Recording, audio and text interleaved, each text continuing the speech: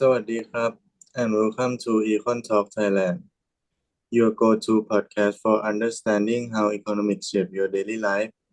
I'm Charanashai, and today we're diving into the highly debated merger between two of Thailand's biggest telecom companies, True Corporation and DTAC. What does this mean for consumers like us?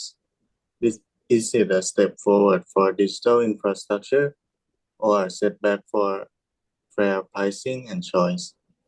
I'm joined by Paul Papat, Parami Chirayu, and Pacharapon to break it down. Let's get started. Thanks, Charanashai. So here's the background. In 2023, True and DTAC officially merged, creating a new giant called True Corporation Public Company Limited. Combined, they now control more than 52% of mobile market in Thailand, surpassing AIS, which has around 46%. The company said this would allow them to invest more in 5G and offer base services. But when two major competitors merge in a market like telecom, it's not about better technology, it's about power, pricing, and reduced competition. That's right. When you go from three major players to two, consumer choice get limited. Before the merger, AIS, True, and DTAC often compete with price cuts, promotions, and different service packages. But since the merger, we've started seeing price increases, especially in mid-range postpaid plans. Some have gone up by 5 to 8%, and unlimited data plans are now more restricted. Economically speaking, this reflects a shift towards a duopoly, where two firms can dominate without the pressure to lower prices, and when both firms avoid price war, consumer loss. And it's not just about pricing. There are also a big impact on employment. True-DTAC has overlapping departments in sales, tech support, HR, and retail. After the merger, over 3,500 jobs were cut nationwide. This wasn't just in Bangkok. Many of these layoffs happened in province areas like Chiang Rai, Udon Thani, and Narathiwat. So it's not just worker effects, it's their family, local business, and community company. These are the silent effects of a corporate merger that rarely makes the headline. Another major concern is the digital divide. True-DTAC promised to expand 5G across Thailand, but the data shows otherwise. Most new investment has gone into urban areas like Bangkok, Chonburi, and Chiang Mai. Meanwhile, provinces in Isan and the Deep South are still struggling with unstable 4G connection. In 2023, only 29% of rural households has reliable 4G compared to 72% in urban areas. If rural expansion is not enforced, the digital gap will go even wider, leaving millions behind in Thailand's so-called digital future.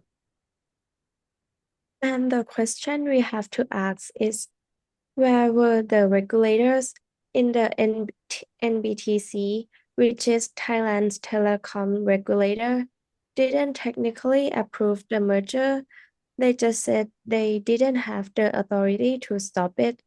That's what we call regulatory capture, where the agency meant to protect consumers end up being powerless and allied with the industry, unlike in Europe or the United States, where telecom mergers come with strict conditions.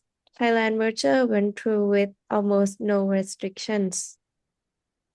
To put it into perspective, when T-Mobile merged with Sprint in the US, regulators forced them to protect jobs and expand rural service within 3 years. In Thailand, no such obligation were placed on True-DTAC, no penalty were defined, no independent oversight was created.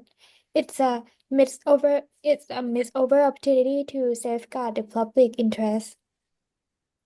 What worries me most is consumer powers, or rather, the lack of it. If you're unhappy with True-DTAC, your only real option is AS, which offer very similar pricings.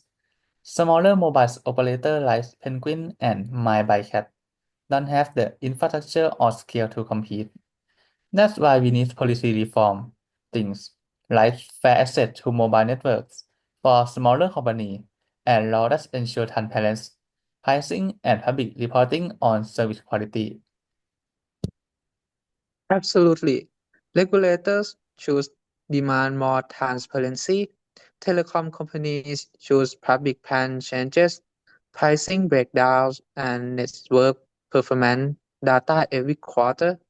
Consumers should know what they're paying for, and watchdogs need tools to hold these companies accountable.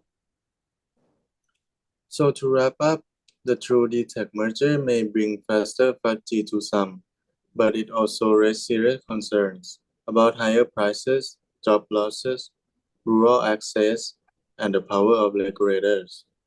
This isn't just about telecom. It's about fairness, access, and how we protect consumers in a rapidly changing economy. We're not saying mergers are always bad, but they need to be guided by strong rules, clear oversight, and a commitment to public good, not just profit. If we ignore the warning signs, we risk letting one company dominate the futures of how we connect, communicate, and compete. We need more than promise. We need policy that works for everyone, not just shareholders. Because the internet, mobile access, and digital infrastructure are no longer luxury, they're basic necessity.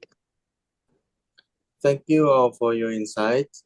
This has been Econ Talk Thailand. We hope we have helped you see what's behind the merger headlines and how it might affect your monthly bill, your job, and your digital future. I'm Jarana Shai, and we'll see you next time. Stay informed and stay connected.